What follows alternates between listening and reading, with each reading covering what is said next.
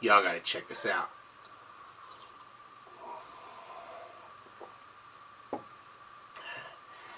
The AR-15 SPR that I built over the course of the last couple of months had a 20-inch barrel. And somebody wanted it. They bought it. It's an old friend of mine. He's a family man. Army reservist.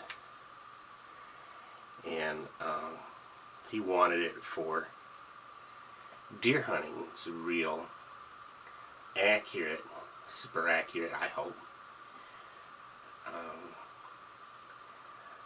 5.56. Had a 2.23 wild chambering in it, so it should be very versatile. Anywho, he wanted it. I sold it to him for $500. I made $100 on the deal, and turned around and invested that money in parts to build my third AR build. Now this time around, I went back to the same company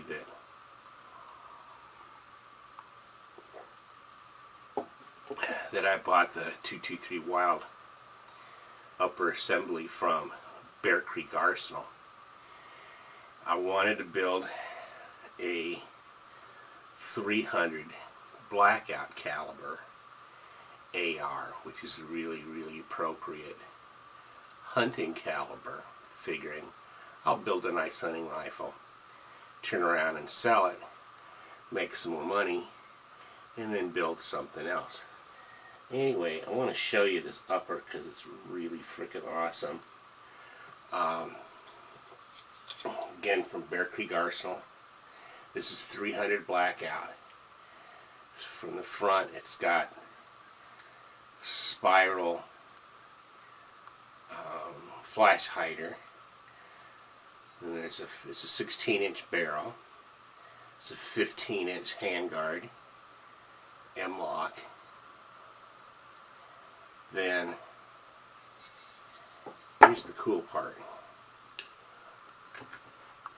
Let's see if I can do this so that the audience can see. It's a side charging upper. None of this reaching behind and pulling. It's right on the side. I love the way it feels. I love the way it locks out. It's a good solid piece of equipment. It uses the same bolt as any other AR-15. And of course the 300 Blackout uses everything. If you wanted to take an AR-15 that was chambered in 5.56 and turn it into a 300 Blackout, the only thing you need new would be a barrel, because it uses the same magazines, same bolt carrier group. The only thing that's different is the barrel and of course the chamber.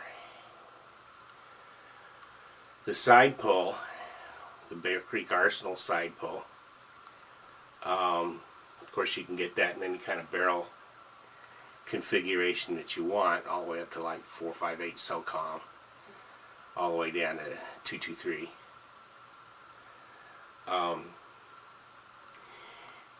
There's pros and cons. Pro is that I just really like the way it feels. You know, there's right-handed and left-handed ones. This one's right hand. It's on the right side, let's put it that way. And I mean, you can hit the, I've got the bolt locked back right now. You can hit the ping pong paddle just like any other AR, or like a pistol, you can just slingshot it. The advantages, this optic on here, which is pretty unique, it's the UTG 3 to 9 bug buster short scope. It's got some unique features on it too. A nice one being up front here on the scope, you can set the parallax so that you can get it's pretty super sharp focus on it. If you're only shooting at 25 yards, you can set that for 25 yards. It'll go all the way down to 3 yards or up to infinity. It's a highly well regarded piece of glass for the price. I paid $70 for it on Amazon, so it's still a pretty much bargain basement piece of equipment, but you know, that's the first time I ever spent more than $20 for a scope in my life. So I'm looking forward to shooting it. The advantage of a side pull, if you look at the tail end here, is that you can get your glass, you can get your scope down real low onto the bore axis without having to worry about the optic interfering with your ability to cock the gun, because there's no charging handle back here, just this little screw-in piece. In order to clean, of course, the disadvantage here is that you've got a unique piece of equipment, and the bolt carrier group is not interchangeable with anything in most of the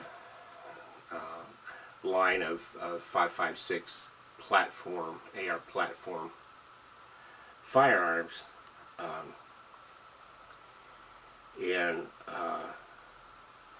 so the interchangeability of the platform is defeated to a certain degree. In order to clean this, you have to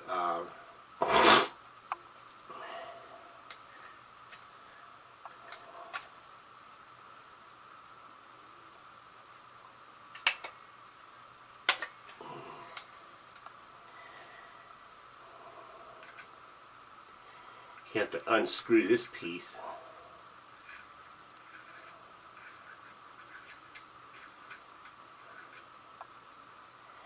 And also you've got to take the charging handle off. Then the thing will disassemble, and the bolt carrier group's a little bit different from what you would normally see. When you put this plug back in, there's a flat.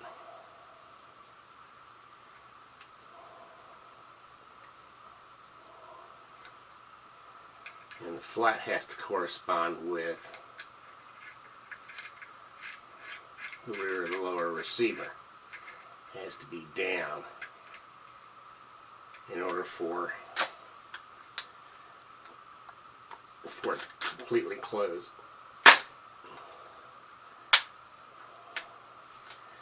Ta-da! So this is cool, man. I'm loving this.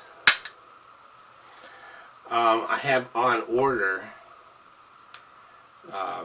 this is the lower receiver off of my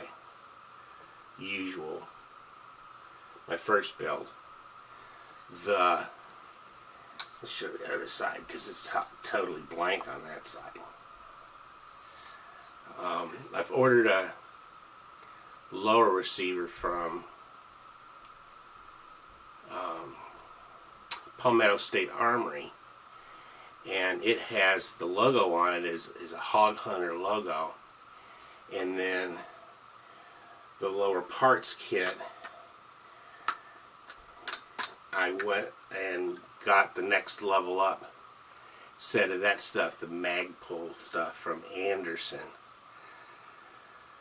So it's going to be a step up from this stuff, although this stuff is perfectly adequate. Be interesting to, I've always been interested in trying out that Magpul overmolded pistol grip. But that's what's going on right now with me, is I'm building a 300 Hog Hunter rifle that I'll eventually turn around, I hope, and sell. But I've only got the upper assembly so far, so I'll keep you posted on it. It's going to be a cool rifle when I get done with it. Strib. Bye.